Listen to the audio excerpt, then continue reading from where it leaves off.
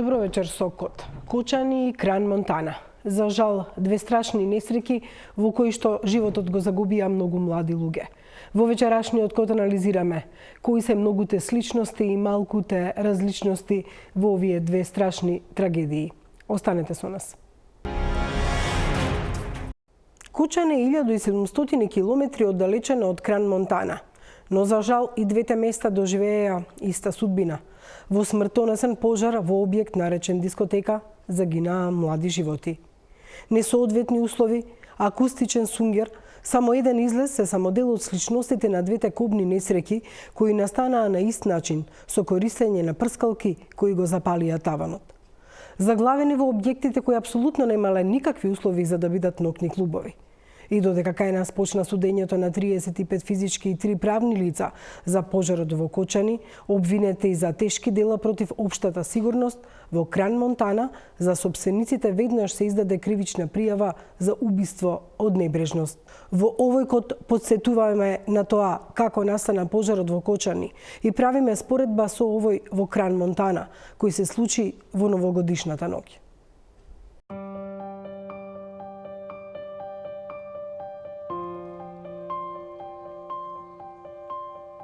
Новогодишната трагедија во Кран Монтана се разлеа низ цела Европа. И Македонија има жртва меѓу 40 загинати во пожарот, кој веднаш ни ги врати тажните сеќавања на 16 март и Пулс Кочани. Многу сличности, но и многу разлики на двете трагедии, оддалечени 1700 километри и 9 месеци. Првата разлика е што собствениците на швајцарскиот бар Ла Констеласион не беа уапсени веднаш по трагедијата. Брачната двојка, Жак и Жесика Морети, се осомничени за кривични дела сосема спротивни од оние кои се користеа во македонската истрага за Кочани.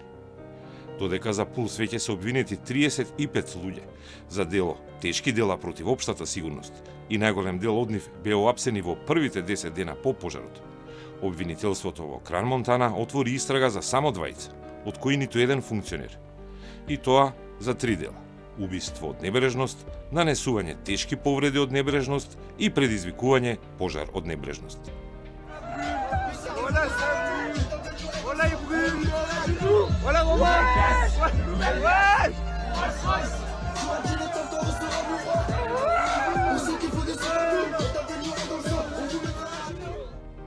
Двајцата осомничени јавно упати израз на сочувство до загинатите и жртвите. Тврдат дека ќе помогнат во истрагата и нема да ја попречуваат потрагата по нивната одговорност. Се проверува уште една сличност. Дека газдарицата на барот во Кран Монтана наводно бегала со касата од прометот за време на пожарот. Слични наводи имаше и по трагедијата во Пулс. Додека траела битката со пожарот и се броеле жртвите, некој од менаџментот на швајцарскиот бар ги изгаснал и избришал профилите на социјалните мрежи на Ла Констеласион, поради што многу фотографии и видеа од кобната новогодишна ноќ се недостапни за истрагата. Најмладите жртви беа на возраст од 14 години во Кочани и во Кран Монтана, што е сличност во двете трагедии, каде имаше повеќе десетици загинати и над 100, односно 200 повредени. Италија има 5 жртви. На нивните погреби, покрај тага, беше споделена и поддршка за семејствата кои се сеќаваат на своите деца и ја чекат правдата. Мајките останаа без своите чеда за кои вечно ќе ги паметат нивните последни зборови, нивните последни желби. Ricordo quando mi ha salutato. Perché non l'ha mai sentito nascosto? Mi ha chiamato alla coda della seggiovia, io uscivo con i miei amici, lui poi mamma è venuto, ti ha chinato. Siamo popolari. E Giovanni ci dicevamo ogni giorno quanto amore provassimo l'uno per l'altro. E Giovanni lo diceva a tutti, sorrideva sempre. Quindi sorridete, siate sempre forti. E io sono forte perché Giovanni è con me, lui non è morto, lui è solo da un'altra parte, è con me e rimarrà puro per sempre. Probabilmente il Signore, dato che era un angelo, ha voluto evitargli le sofferenze della vita, le malattie, la vecchiaia, ma Giovanni non mi ha abbandonato e non ha abbandonato nessuno.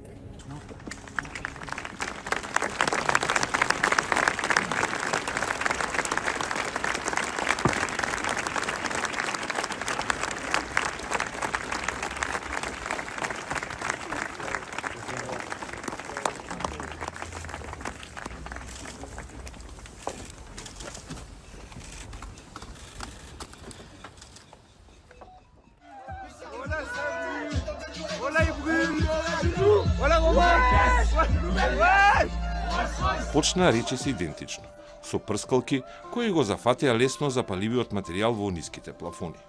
Фотографијата која стана синоним на трагедијата во Швајцарија е она што покажува кога и како почнува пожарот. На сликата на еден телефон стои 1 час и 28 минути, додека прскалка закачена на шише шампањ го подпалува акустичниот сунгер на плафонот. Il y a une dame qui monte sur les épaules d'une autre avec 2 bouteilles et les feux d'artifice un peu d'anniversaire qui font des flammes. Et en fait, elle les a agités trop haut, ce qui a fait que ça a touché le plafond et que ça a pris feu d'un coup.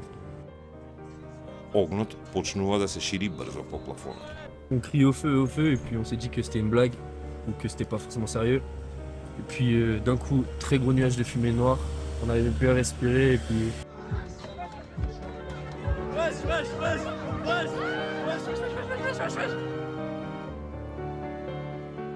Младите гости се фатени во стапица. Пожарот е во долниот подрумски дел на барот Ла Констеласион. Кон излезот водат тесни скали и потоа треба да поминат низ 2 излези. Исто така тесни врати во застаклен простор.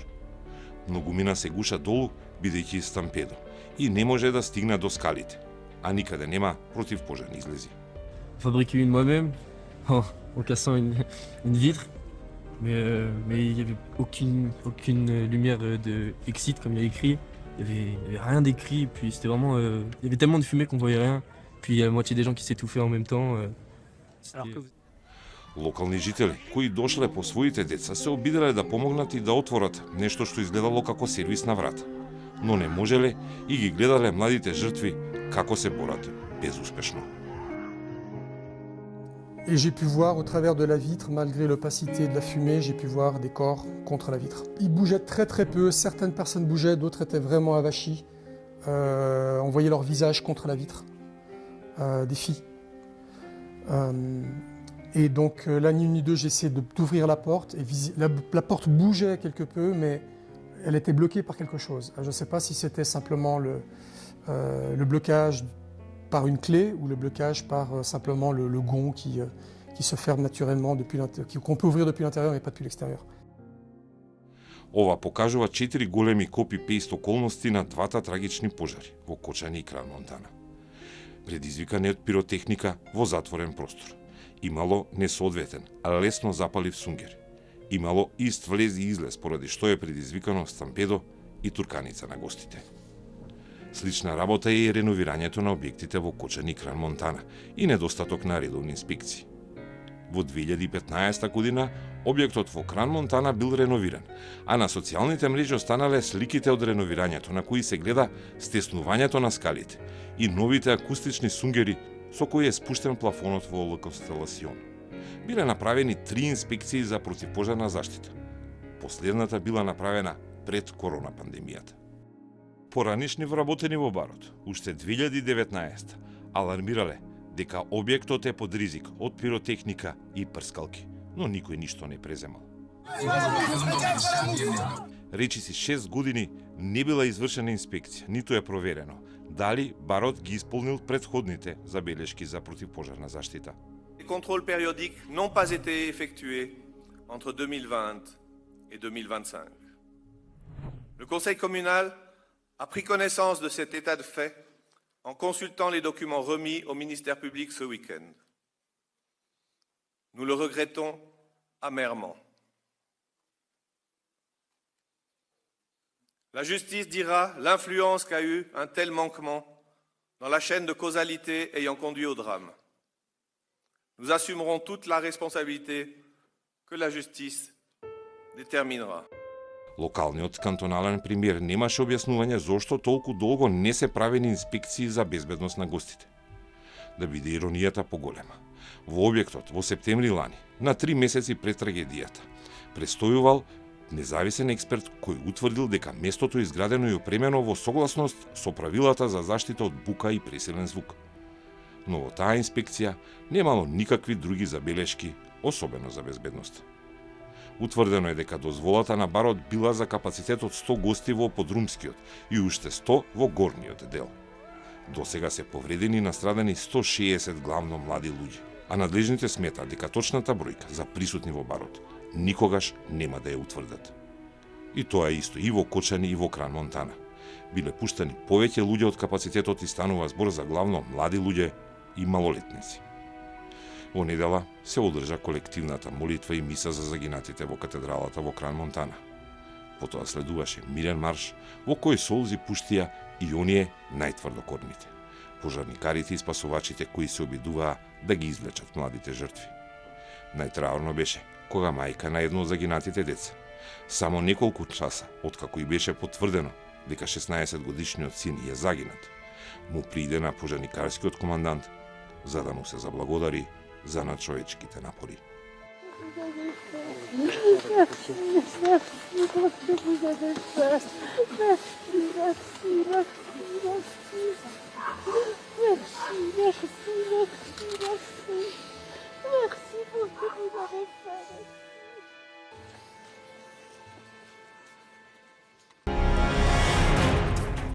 За жал има многу сличности меѓу Кочани и Кран Монтана. Како настанал пожарот, како се проширил, но и непревземените заштитни мерки кои претходно морало да ги има. Заглавени во стапица, младите луѓе во овие така наречени ноќни барови не можеле да му избегаат на огнот. Во интервју за КОТ, Владимир Симоновски, заменик командант на противпожарната бригада во Скопје, за КОТ ги објаснува сличностите меѓу двата пожари. За жал се случи страшна трагедија и во Швајцарија, Кран Монтана, слична на онаа во Кочани. Кои се сличностите и разликите помеѓу овие два страшни настани? Па, ако ги споредуваме двата пожара меѓу Кран Монтана и Кочани, можеме само да кажеме дека единствено нешто што не е заедничко во целата проблематика е тоа што Кран Монтана се наоѓа во подрумска просторија. Значи, подрумската просторија е делот каде што доаѓа почетокот на пожарот. Уствари, тие акустични панели кои што се ставени, тие колку и да се сертифицирани по европски стандарди, тие си имаат собствен стандард ISO 3795 за градежен материјал, со некоја противпожарна отпорност, уствари тие немаат никаква противпожарна отпорност, само се сертифицирани како стандардизација. Тие се ставаат за потреба на акустични простори, за подобар звук и за подобра изолација, но сепак се лесно запаливи материи. Причината е тоа што е многу блиску по она што можевме да го видиме и од видеото и од настаните кои што беа во Кран Монтана е прскалките кои што се многу блиску до нив. Проблемот е во тоа што при самото палење на таквите акустични сунгери или тие фоам пени, како што ги викаат они за акустика, доаѓа до само капење на еден запален дожд. Ако можете да приметите на пожарот каде што потекнува одма во почетната фаза кога се пали самиот сунгер, доаѓа до капење на тој запален дожд каде што се уште младите кои што во моментот се таму мислат дека е тоа некој ефект кој што се создава од прскалките. Но тоа е сериозен проблем затоа што при самото капење на тој сунгер оставаат трајни последици и горење на самата кожа при само допирање. Тоа е еден вид на како пластика некоја која што е тешко трнлива од раката. Од кожата. Вториот дел е проблемот што при реновирањето они направиле стеснување на самиот влез и излез, истиот проблем. Еден влез, еден излез. Значи насоките на движење биле едно влегување, едно излегување во истиот правец и тука е сериозен проблем затоа што е тоа во подрумска просторија, концентрацијата на чад нема каде да излезе е поголема.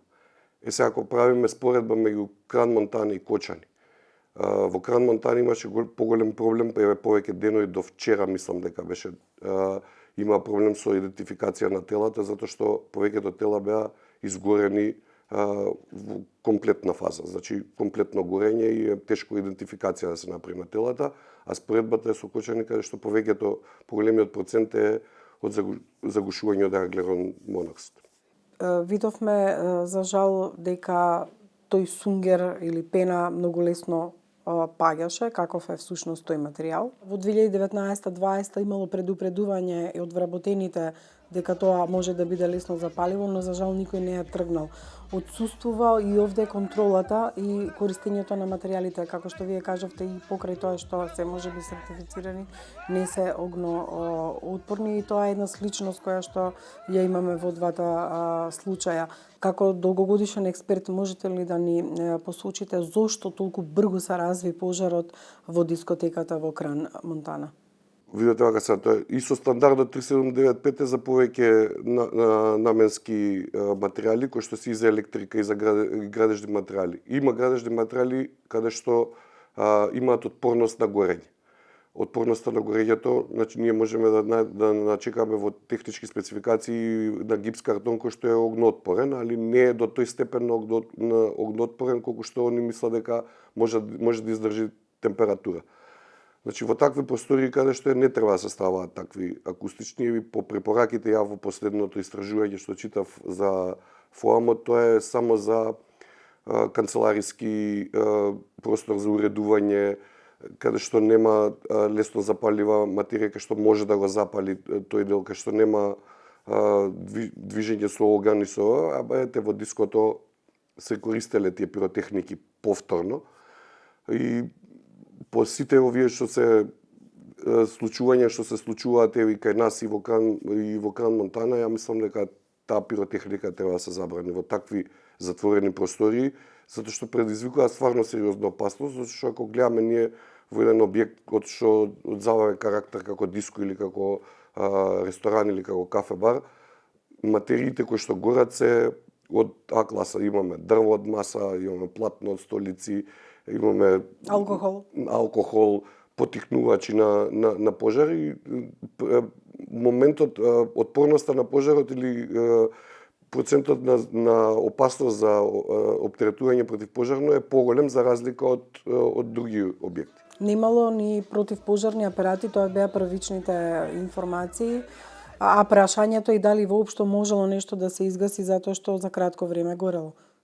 Секоја почетна фаза на пожар или секој пожар кој што се одвива, затоа и ја ги истражував малце повеќе на интернет околу пожаров, и самите пожарникари при самото доаѓање на местото на пожарот имале посериозен проблем во гасење на пожарот. Затоа што пожарот потекнува од подрумска просторија, подрумските простории се секогаш многу потешки за гасење за разлика од пожари кои што се дали на први, дали на втори кат.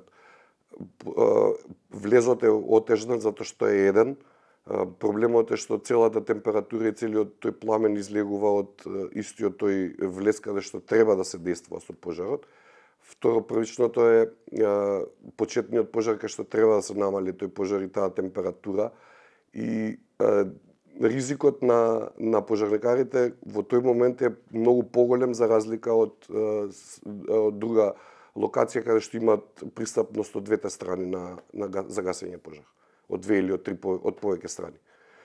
И сериозност е тоа што концентрацијата на јаглерон моноксид е многу поголема, спасувањето е во моментот исто, во дадена ситуација е неопходно затоа што вие се соочувате со да речеме стампеда од луѓе кои што сакаат во моментот да излезат. Ако влезот е непропорционален и неправилно направен, имаме сериозен проблем. Ја на неколку видеа што ги гледав, дури и се кршеа стакла од надворешниот дел за да можат да се извадат луѓето. Проблемот е тоа што таму имавме ситуација на малолетни деца кои што биле на журката. Не можеме ние да забраниме дали да одат или да не одат. Па веројатно собственикот требало. Но сепак некои законски рамки треба да се почитуваат у смисла на посетување на малолетни луѓе, на малолетни деца после 12 часот или на вакви настани вакви журки. За жал, млади луѓе гледавме како снимаат додека се случува пожарот, несвесни за трагедијата што може да настане, колку во таа смисла треба да бидат и едуцирани? Жане, ја ќе ви кажам една фрапантна бројка за Скопје, која што сме почнале во 2021, ја проследувам и ја реализирам и во овие години наваму, со обука и со едукација на средните школи во град Скопје. Значи, во првата фаза кога го почнавме проектот заедно со една надворешна компанија да го работиме, на самите анкетни листови дадовме единични прашања кои што се начинот на употреба на апарати, начинот на зашто служи хидрантот овоне, бројките беа фрапантни кога ги добивме одговорите. Збориме за генерации негде трета година средно, четврта година средно. Не знаат што е тоа? На 3 школи, да. 87% не знаат зашто се употребува хидрантот, само 7% знаат зашто служи хидрантот, другите не знаат дека воопшто е потребен тој хидрант и зашто служи на зид. 90% знаат што е ПП апарат, ама не знаат ни да го употребат, ни типа кој им е намената, ни како е намената. И значи рековме со самата компанија дека више ќе ги смениме прашањата и дека ќе одиме малце со поголема едукација и во комуникација со директорите на средниве школи ги правиме тие едукации и почнавме да се прават едукации на вработените во самите школи. Има заинтересираност од повеќе школи, али некои немаат интерес за тоа, не знам зошто, но едукацијата овој дел, значи не само рековме да си проверат во сопствена зграда зошто е хидрантот, дали е исправен, дали не е исправен. Дури 95% кај што живеат не се исправни хидрантите. Збориме на територија на Скопје. Откако се случи Кочани, почна да се набуваат ПП апарати, хидранти. Колку населението, дали се тоа ученици од училиштата или фирмите, компаниите, знаат што всушност е превентива од пожар? Мислам дека се смени после Кочани свеста кај одреден број на и собственици на локали, на објекти, има и дел на собственици кои што уште пред да се случи Кочани беа професионални од тој дел и си го почитува она законска одредба која што е донесен закон за заштита и спасување и оној правилник по кој што треба да биде неговиот објект и против пожарно оптеретување и планови за евакуација и сите тие процедури кои што се внесени во правилникот и во законот за заштита и спасување. Еуфоријата, така кажаната еуфорија за купување на ПП апарати и на средување на тој аспект после Кочани беше периодично траеше околу месец дена и после пак се спласна, пак останува истиот дел. И дури сега кога ќе се појавите некаде во некои објекти, пак можете да видите дека ПП апаратот е фрлен на страна, дека ПП апаратот во некои компании подпира вратата, ПП апаратите се тргнати на страна, збориме у цела спис, или пак хидрантите не се исправни. Не е само ормарчето од хидрантот да го напуните со црево и со млазница, него треба да го проверите и статичкиот притисок дали го има или постојаниот притисок дали го има хидрантот, дали има вода. Некако не зачуди и фактот што во Швајцарија се случи пожар со овакви трагични последици и тоа во дискотека во подрум со само еден излез во општество каде што мислиме дека се многу поподготвени. Како ова го коментирате? Ако гледаме така, да, зател системот за контрола. Ако гледаме од друга страна, несреќата може да се случи било каде и било кое место. Пак ќе дојдеме на првично што го збориме дека пиротехниката и оној дел на прскалките кои што се палеле, дали фонтана, дали прскалки кои што се палеле во тој момент, се декор на тоа што треба да биде на вечерта или се декор кој што предизвикува можност на опасност или за несакана ситуација.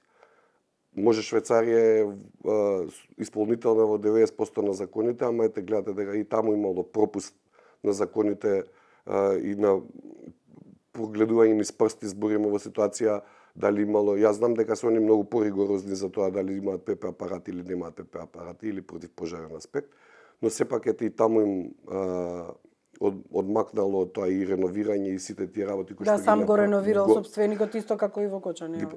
И сега не можеме ние да кажеме дали имало корупција и таму или немало корупција таму меѓу инспекторите или немало, не можеме тоа да го кажеме затоа што не знаеме, ама ете и од таму системот поминал низ прсти и несаканата ситуација еве се случила. Може немало да се случи оваа година, ќе се случило наредната година ако се употребувале пак тие прскалки кои што знаеме сите како можеме да ги набавиме.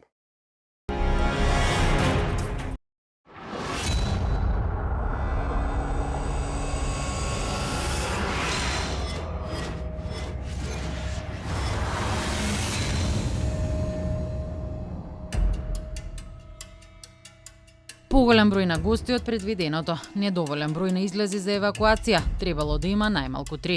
И додека евакуацијата поради ова на посетителите на Пулс, таа кобна вечер била отежната, објектот ја немал ни соодветната противпожарна заштита за да се спречи ширењето на огнената стихија. Објектот имал висока пожарна отпорност, но не и кровот. Како резултат на користењето на пиротехничките средства, таму започнува пожарот. Најголем проблем било облогата од сунгери користена за акустична изолација која спаѓа во класа на лесно запаливи материи кои горат брзо, испуштаат горливи капки и ослободуваат токсични гасови. Сунгерот е пресуден за брзото ширење на пожарот и големиот чад кој брзо се проширил низ објектот.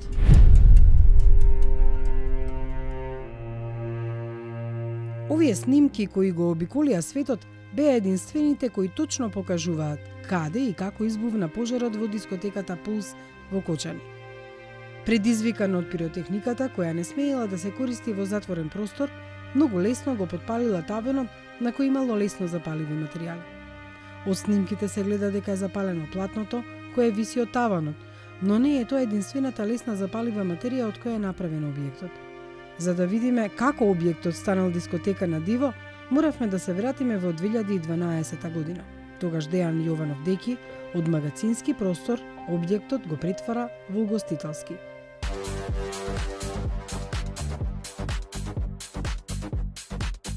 Во октомври 2012 Дејан Јованов го зема објектот под кирија, но не за да го користи за лесна индустрија, туку се обидува да го претвори во место каде младите од Кочани ќе се забавуваат. Без барање за реконструкција, без дозвола за градба и без исполнување на минимално техничките услови, тој почнува со работа. Мајсторите се платени на црно, а преку тогашната негова фирма Класик ДМ на фактура почнува да купува материјали. Објектот се наоѓа во сред населба, па тој купува сунгер за да направи звучна изолација. Според фактурите пронајдени во сметководството на Јованов, сунгерот е купен во кратовската фирма за изработка на сунгери Силпен.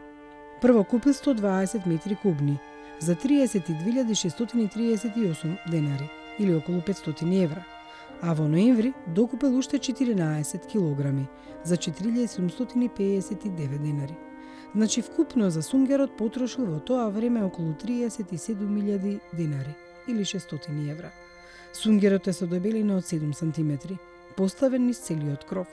Иако е наменет за звучна изолација, овој сунгер не требало да биде поставен на кровот. Според податоците до кои дојде код, суровините за изработка на сунгерот Силпен ги набавили од Германија, така наречен адитив Тегостап БФ, како и скуранта Т80 Рефус во течна состојба увезен од Хрватска, Воранол 3322 Рефус во течна состојба и Воралукс ХЛ109 Рефус во течна состојба, увезен исто така од Хрватска. Според експертите кои ги контактиравме, звучната изолација треба да содржи материјали кои не согоруваат, туку се гаснат, а тоа е обезбедено со специјални премази кои не дозволуваат разгорување. Но овој сунгер горел, како што можеше да се види од снимките од стравичната несреќа. Парчињата од него паѓале, а допрва ќе се испитува дали материјалите користени во оваа реконструкција биле штетни по здравјето на луѓето, особено при пожар. За реновирањето се користени и други материјали: челична конструкција, платна, тепесони, плексиглас, дрво. Целото преадаптирање на магазинот во диско чинело околу 5000 евра, според пронајдените фактури, но не се знае колку е плаќано во кеш. Така магазинот се претворил во дискотека, иако официјално се уште се водел како објект за лесна индустрија. Според претходните истражувања на код, Дејан Јованов не ја навел дејноста.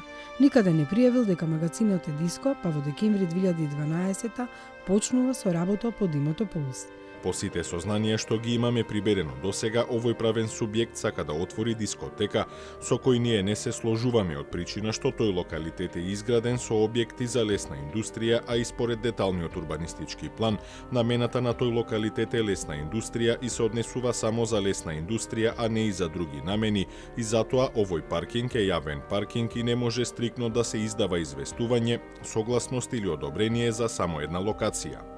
Овој паркинг правните лица го користат за паркирање на лесни и тешки товарни возила, при што капацитетот не е доволен. Кога некој прави реконструкција или пренамена на деловен објект, според Законот за заштита и спасување, треба да поднесе елаборат за заштита од пожари, проценка на загрозеност од природни непогоди и други несреќи, план за заштита и спасување од природни непогоди и други несреќи и правилник за заштита од пожари и експлозии. Дирекцијата, односно незините подрачни организациони единици, се должни да извршат увид и да дадат согласност за мерките за заштита од пожари, експлозии и опасни материи или да дадат забелешки. Поради непостапување, опфатени се двајца поранишни директори на Дирекцијата за заштита и спасување, Беким Максути и Шаван Салио.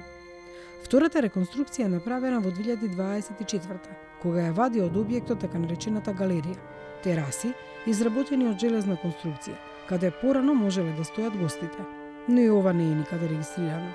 За ова нема никакви фактури, ниту податок дека се вршени градежни работи. Дејан Јованов се подготвува за отварање на дискотека уште во 2010 година, кога бара изготвување за основен проект од фирмата Венци на Милка Едровска, како услов за отпочнување со работа и вршење на угостителска дејност кабаре. Според обвинителството, таа знаела дека не постоеле законски услови објектот да биде пренаменет од категорија лесна индустрија во објект што врши угостителска дејност кабаре. Иако Едровска знаела дека не постоеле законски услови, таа сепак го изготвила проектот. Овој проект Јованов го поднесувал од 2012 до 2023 за добивање лиценци за угостителска дејност.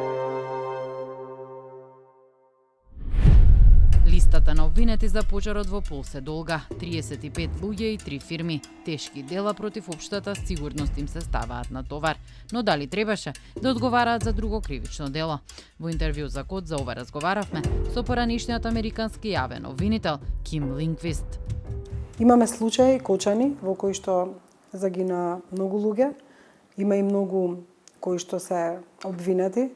Што мислите за овој случај? I've read about that case. I'm not privy to any inside information about the case, but I will tell you that as a prosecutor, I was very surprised to see, and I think this is the case from what I have read, that there were 62 deaths that resulted from this. From what I read, obviously within the context of safety failures. And from my perspective, and I've also looked at the North Macedonian Criminal Code, also from the perspective of the code, I'm surprised that homicide charges were not brought, both from the standpoint of homicide appears to have occurred. Homicide is something that can be readily investigated and proven, and that proof provides more immediate relief to the, if relief is to be had, more immediate relief, more immediate justice to the victim families. Their opportunity to see that the justice system is actually doing something. Whereas my impression now is, 6 or 7 months have elapsed. I understand that many of the families continue to meet and protest, that I'm assuming saying, where is the justice that we seek? And that just, again, reinforces my surprise that homicide has not been charged as a way of providing more immediate justice to these families. I think it's the result. Once again, my criticism doesn't go to the functionaries. My criticism, if it's warranted, goes to the system, is because the features that would prevent re-victimization have yet to be adopted by the system. And in my opinion, it's something that those in authority should seriously consider. А веднаш по настанатиот пожар во Кочани разговаравме и со Зоран Доревски, експерт за заштита од пожари. Погледнете го тоа интервју. Имало само 2 ПП апарати. Меѓутоа, што требало да има, а го немало. Затоа што објектот собирал многу луѓе и јасно е дека немало странични излези, каков материјал, исто така огноотпорен требало да биде направена дискотеката и кои се прописите за едно кабаре, еве и тоа било нелегално да биде во функција. Неблагодарно се каже што треба да има во овој објект, бидејќи овој објект во старт не би смело да се дозволи да биде за таа намена за кој бил. Ние имаме правилник за заштита од пожари, имаме правилник за употреба на ПП апаратите, за димензионирање, значи согласно квадратурата на објектот во подзаконските акти точно е дефинирано на која квадратура колку треба да имаме противпожарни апарати, а во зависност од големината на објектот или на пожарните сектори попрецизно, и во зависност од бројката на луѓе кои престојуваат во еден објект, колку треба да бидат евакуационите коридори и колку треба да биде ширината на излезните врати. И исто така, многу прецизно е дефинирано на определена бројка колку треба да има излези. Значи, овој објект по ниту еден основ не ги исполнувал овие услови, иначе општо е познато дека во 80% од жртвите во пожарите се од чадот и од загушувањето, односно 4 пати повеќе него од самиот пожар и од опекотините. Што и овдека се потврдува. Од друга страна, спорни се и материјалите од кои што е направен самиот објект, затоа што гледаме како гори, подоцна ќе збориме и за пиротехничките средства. Очигледно е дека постојат платна, постојат сунгери, постои запалива материја, а од друга страна наложено е на ваквите објекти да бидат направени барем од огноотпорен материјал. Од снимките јасно се гледа дека од пиротехничките средства прво се жариштето настанува на самиот кров и се шири со молневита брзина, што укажува дека градежните противпожарни мерки воопшто не се испочитувани. Во однос на пиротехниката, ние откривме дека се работи за средства кои што во декларацијата стои дека можат да се употребат само доколку има 8 метри висок плафон и 8 метри ширина. Од друга страна, експерти по пиротехника за код велат доколку пиротехниката е оригинална и наменета за внатре не би требало да се запали. Во сам старт прво е направена законско пречекрување што воопшто не е известен надлежниот орган, тоа е Дирекцијата за заштита и спасување, која требала да даде согласно проценката и согласно варијаблите кои вие сега ги наведувате, ширина, висина, содржина, процес што ќе се одвива во објектот и така натаму, да направи проценка и да одлучи дали ќе дозволи или не употреба на пиротехнички средства. И вториот момент е точно тој ракувањето со пиротехничките средства секогаш се предвидува да биде од стручно лице. Овдека, колку што сватив, не сме имале таква ситуација, туку самата група за жал си ја менаџирала целата таа постапка. Кои институции се надлежни во рамки на проверка на исполнување на критериумите и услови за објекти во кои се собираат луѓе во волкав обем, а се однесува на противпожарната безбедност? Надлежен орган или надлежна институција за ваква ситуација е Дирекцијата за заштита и спасување. Инспектор на Дирекцијата за заштита и спасување треба да, согласно нивниот план за контроли, најмалку еднаш во годината да го обиколи, да помине или да изврши инспекција во овој објект. И сега доаѓа критичниот момент, Дирекцијата за заштита и спасување во Кочани. Јас лично мислам дека и нема инспектор за заштита и спасување. Во таква ситуација, директорот на дирекцијата треба да во годишниот план за контроли формира републички тим кој ќе изврши инспекција во критични објекти, каде што имаме големо присуство на луѓе, висока фреквенција, дополнително се употребуваат пиротехнички средства, се тоа во делот на проценката елементи кои укажуваат дека објектот е од повисок пожарен ризик, но колку што јас имам информации, вакви инспекции воопшто не се извршени. Сега тоа се должи и на објективен момент што дирекцијата, пак согласно моите информации, воопшто не е екипирана за темелни инспекцијски контроли, е првиот момент. А вториот момент, дирекцијата ниту со ресурси, ниту со капацитет може да изврши квалитетна контрола на еден објект. Например, да провери дали апаратите вистински се сервисирани. Ова не би се случило ако ние имаме отпорен систем на мито и корупција, зашто беше неверојатно да постои еден ваков објект, а не е единствено во Македонија, кој што практично усмрти толку многу луѓе. Да, нас пожарите нон-стоп ни се повторуваат, сите имаат катастрофален ефект. Се сеќаваме пред некое време што се случи во Тетово за време на ковидот, автобуската несреќа на Беса Транс. Имаме многу објекти каде што поради непостоење на концепт на заштита страдаат или се уништуваат целите објекти.